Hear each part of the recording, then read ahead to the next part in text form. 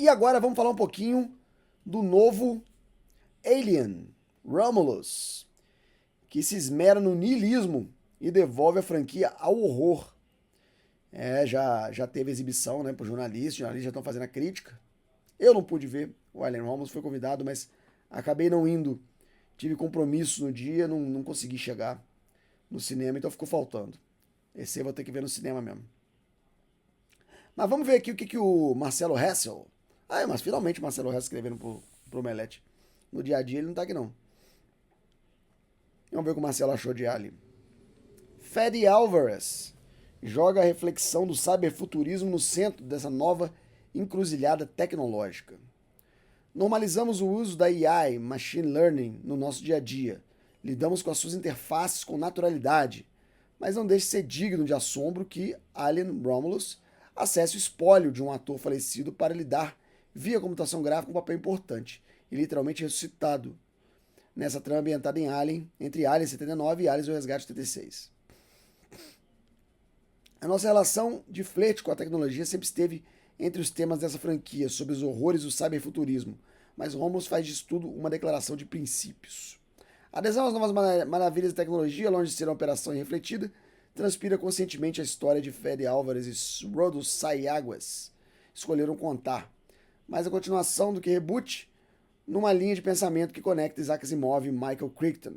Romulus acompanha um grupo de jovens que usam um androide defasado da Weyland Yutani para invadir uma estação espacial. De lá, eles planejam roubar leitos de criogenia, que podem levá-los ao sistema solar longínquo o suficiente do planeta de mineração onde eles trabalham em regime de semi-escravidão. Como é usual no cinema americano, com pretensões de blockbuster de assinatura, Romulus torna literal tudo o que antes foi meio subtexto, e o que era transversal em Alien está mais do que nunca convertido em tema.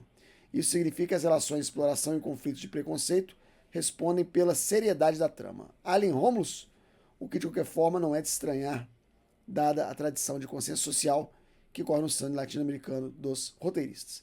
Fazer o androide Andy, o único homem negro do elenco, interpretado pelo inglês David Johnson, nos alerta para essa carga textual desde o primeiro momento. Que Fede Alvarez tenha prosperado nos filmes estilizados de horror, como o reboot de Evil Dead, por outro lado, e escolha fazer esse Romulus com um elenco jovem, aproxima mais o longa do formato dos filmes de maníaco, com estrutura descomplicada, slasher movies, né?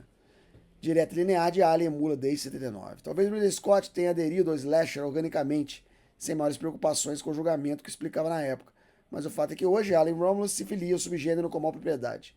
Ciente da popularidade do slasher e, acima de tudo, consciente de que uma narrativa consumada de sadismo é tudo que o filme Alien pode almejar numa era de flagelo e niilismo. O diferencial aqui é que Romulus embala tudo isso numa parábola cyberfuturista que de fato parece nova e particular, e cuja expressão não está apenas no texto, mas também nas imagens que ele associa. Para além de revisitar com reverência e esmero a iconografia de Alien, o falismo de facehugger do Xenomorph, a gravidez do Chestbuster, tudo em Alien e na sua dimensão psicossexual, sempre começará e terminar com referência a H.R. Ginder, que fez as artes, né?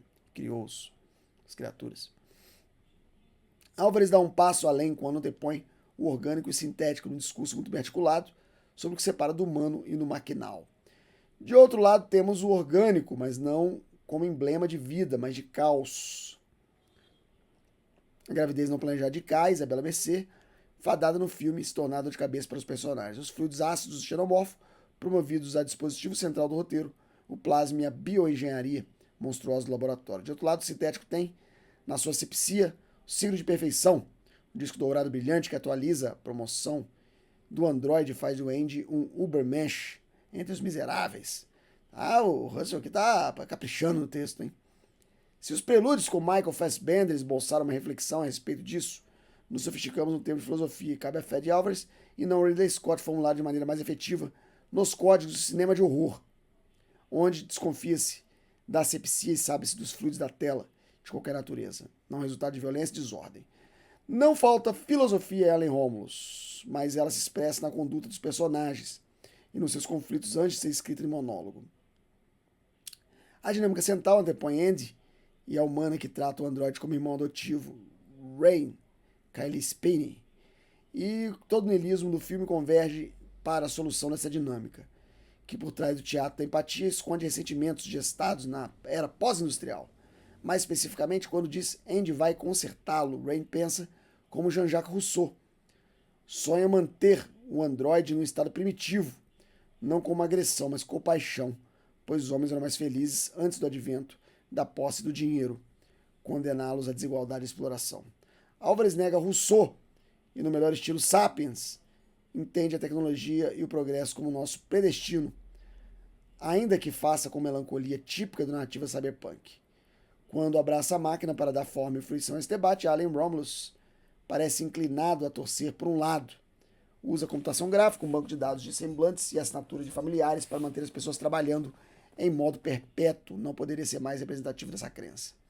Como um componente de exercício, sadismo e desesperança, Allen Romulus sabe dissimular o catastrofismo com o final feliz. Aqui, caprichou aqui no texto bem escrito, Marcelinho, e dá vontade até de assistir, né? Porque parece ser um negócio muito bem trabalhado em conceitos de não só de ficção científica, mas de filosofia e também até dos clássicos dos slasher movies, porque o Alien original era isso, né?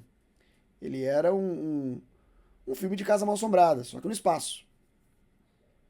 E depois no Alien 2 ele torna completamente diferente o caminho. Ele vai para um caminho mais de ação, de tiroteio e tal, uma coisa muito mais agitada, intensa, no sentido da ação militar e tal.